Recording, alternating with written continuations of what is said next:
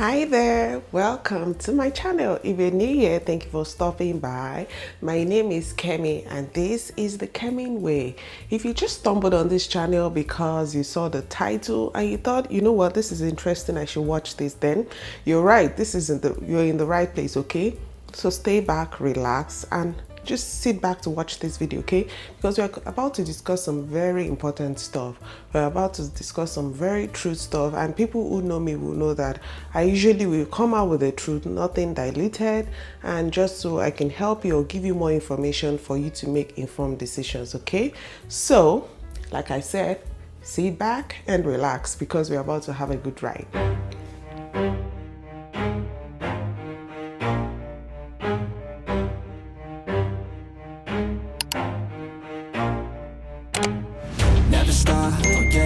All right, so today from my topic or from what you've already seen, we're going to be discussing about those things that, you know, Canada is hard.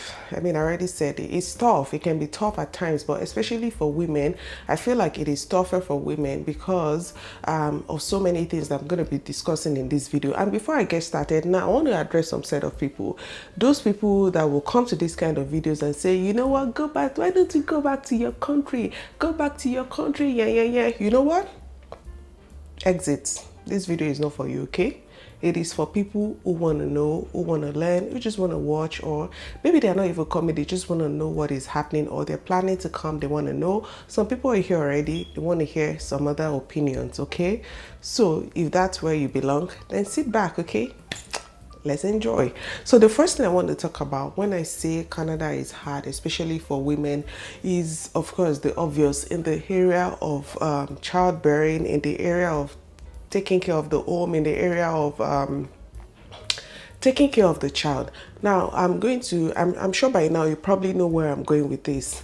Having a baby, for me, I was able to compare two places. I was able to compare having a baby in Nigeria and having a baby here. And I just saw the difference. The difference was glaring. Now, some were better in some areas, some were better in, like, worse in some areas. My point is that in some cases, it is better in Nigeria, but in some cases, it's actually better here in Canada. You know, it's in some cases it's better to have a baby in Nigeria. In some cases, it's better to have a baby in Canada. So I'll give an example. In the terms of community support, in the terms of antenatal, prenatal, you know, those days before baby arrives, oh my goodness, Nigeria takes the lead, because when you're having a baby in Nigeria, you go for those antenatal sessions, you have a community of other mothers who are there also, they share, you learn from them, give you some level of support, right? But here there's nothing like that. You're kind of rushed when you're going for your prenatal. It's like okay, check, like there's no time. Sometimes you don't even have time to ask questions.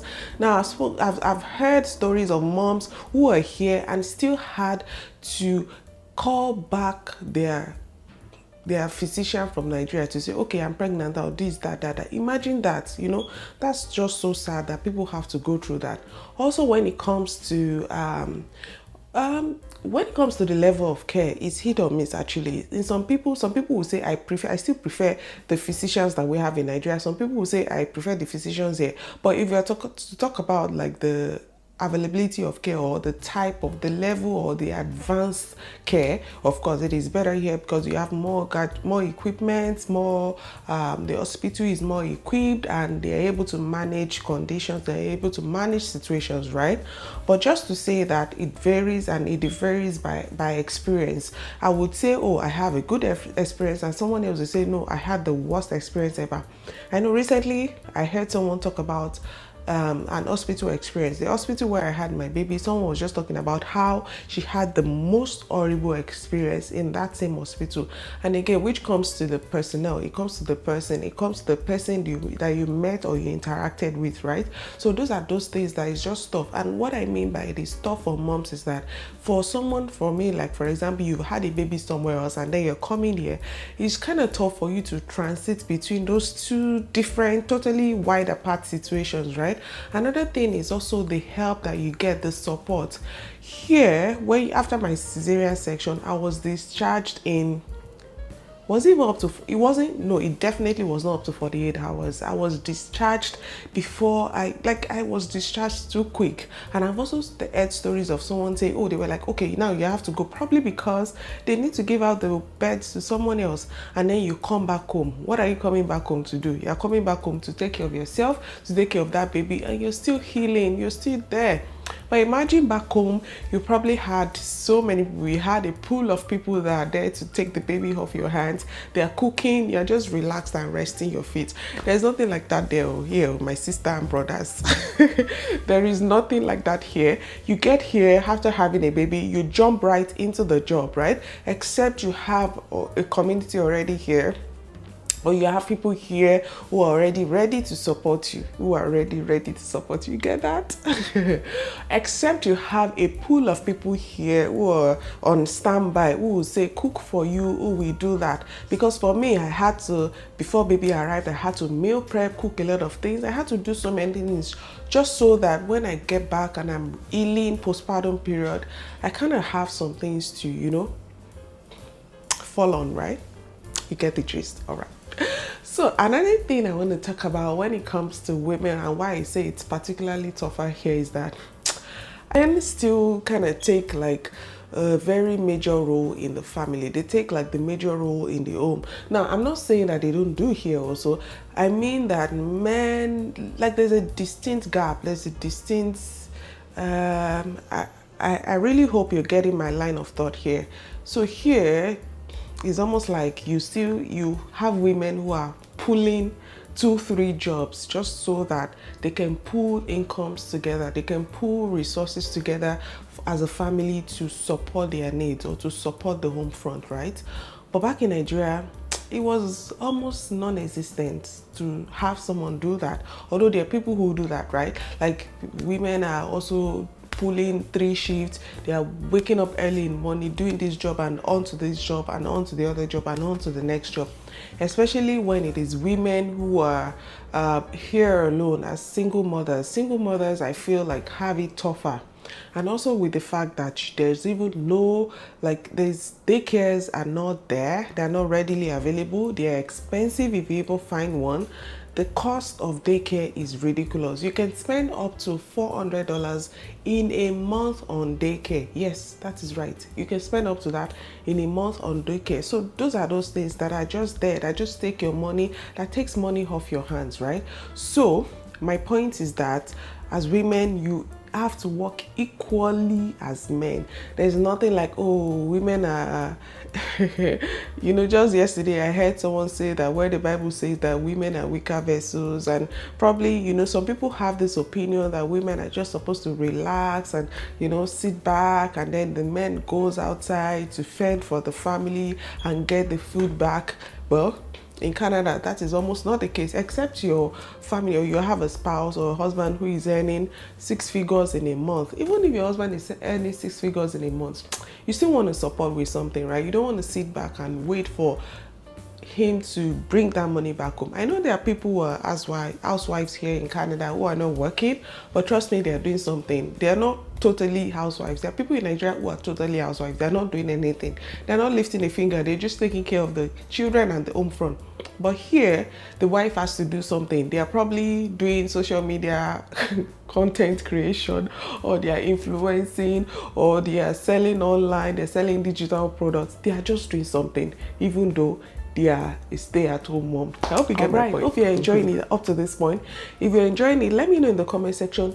As I'm speaking, let me know your ideas and let me know those points that you also feel and some of those things that you think makes it tougher for women here in Canada. All right, the third thing I want to talk about, which is probably going to be the last thing, is also the expenses. It kind of complements the second one, is the expenses. Oh my goodness, the expenses here is cray. It is marvelous, and it's at this point in time. I'm recording this video in May and first week of May, and right now the cost of fuel is on the high. I had to park my car and stop taking my car to work because of the cost of fuel. Just last month I spent $300 on gas to work in a month. Imagine $300. That is a lot of money to spend on gas. So I had to park because it's actually cheaper for me to take the bus. If I'm going to take the bus, I'm going to be spending 100 and half of that on the bus ticket. So I thought, you know what, I'll save that $150 and just take the bus rather than take the car to work, right? And you're still in traffic, you're still spending the whole day in traffic, and then but for me, I'm now starting to use my mom sense. I'm like, if I take the bus to work, I can edit on the way to bus, I can listen to my music, I can pray, I can meditate, I can do so many things in that quiet space while I'm not the one behind the steering, right? I have some other extra free time to myself to do so many things on my way to work compared to if I was, driving. So mom brain there, and there are other ways to it. So I actually park halfway and then I join the bus halfway. So anyways, I digress. Back to the situation. So like I was saying, cost of living, expenses, cost of daycare, cost of groceries. Cost of groceries is crazy. If you're a family of 3 or 4 and you're spending anything less than 1,000 on groceries, you are a good manager, because especially if you have kids who are grown, you're always buying snacks, you're buying eggs, if you have kids who love fruits, spending money on fruits like apples, strawberries, those fruits take a lot of money. Oranges, those things are expensive. So those are the things that I'm saying. And I kind of feel like most of this burden is on the woman, is on the mom. She's the one trying to calculate. I don't know for you, but for me, in my home, I'm responsible for the groceries. I'm responsible for making sure that there's groceries in the house. So every month I'm calculating to say, this is what I have. This is the budget for this month. How can I move this to this? How can I make sure that we're not spending beyond this amount? So apart from every other thing you're having to deal with, you also have the mental load of making sure that the home is running, everything else on. Now, don't get me wrong. I'm not saying that is not applicable in other places, but I'm saying that it is extra here. You cannot really delegate so much. I'll refer to my country, back in Nigeria, labor is a bit affordable. Labor is affordable. You can easily get a nanny to come sit at home with you. You can easily get someone to clean your house. Those are available here, but it costs a lot of money. It is luxury getting a nanny. People who have nanny are... Anyways, we won't talk about that. Yeah, so it is not that cheap. It is not cheap. That's my point. It is not cheap at all getting a nanny. It is not cheap getting labor, getting people to clean your house. And those are those things that actually makes life easy. So I don't want to keep talking about negatives. I'll quickly talk about things that I do. And in a different video, I'll do like a full video of how I plan my week. Now, I've said all of this, but I still find it easy for myself because I keep looking for systems and ways to make life easy for myself. And in this video, I'm quickly going to touch on one of those things that I do. For every woman, I said I wasn't doing this back in Nigeria. I wasn't doing this, but here I have to meal prep. I have to prep meals ahead of time.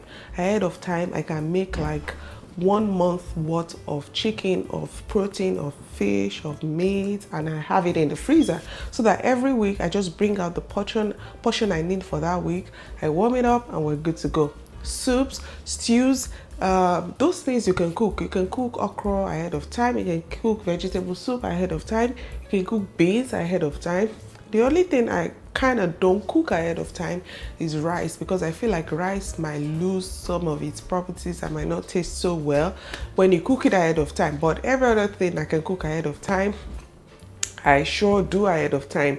Bulk shopping is also another thing that works. Now, for some people will say they're not they don't like bulk shopping, or they feel like, I don't know, do you spend more?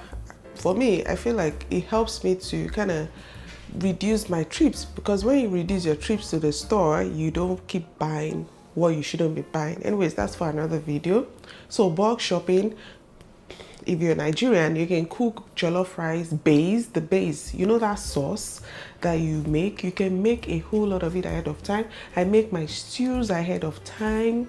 I make so many things ahead of time. I make my okra ahead of time. I freeze in the freezer just to make my life easy for myself, okay? So those are some of those things that you can do You can wash and prep your vegetables for the week. If you know you eat a lot of carrots, you have strawberries, fruits to eat, you can cut them and put them in the fridge so that in the morning you're just picking and choosing. You can make your kids breakfast. You can make things like waffles and pancakes ahead of time.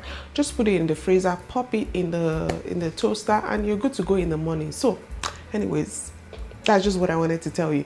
Because let me tell you one thing I'm saying about that. I'm here in the morning preparing for work. The time is 7:13. I'm supposed to leave home at 7:30.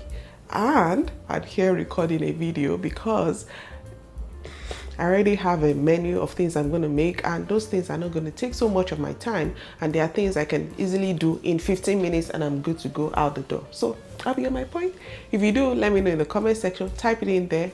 Thank you, Kemi, and I will know that you got that. And let me know also in the comment section which other video would you like me to make, and what am I doing? I'll make it for you, okay? All right, thank you so much for watching. Until I see you again the next time. Bye.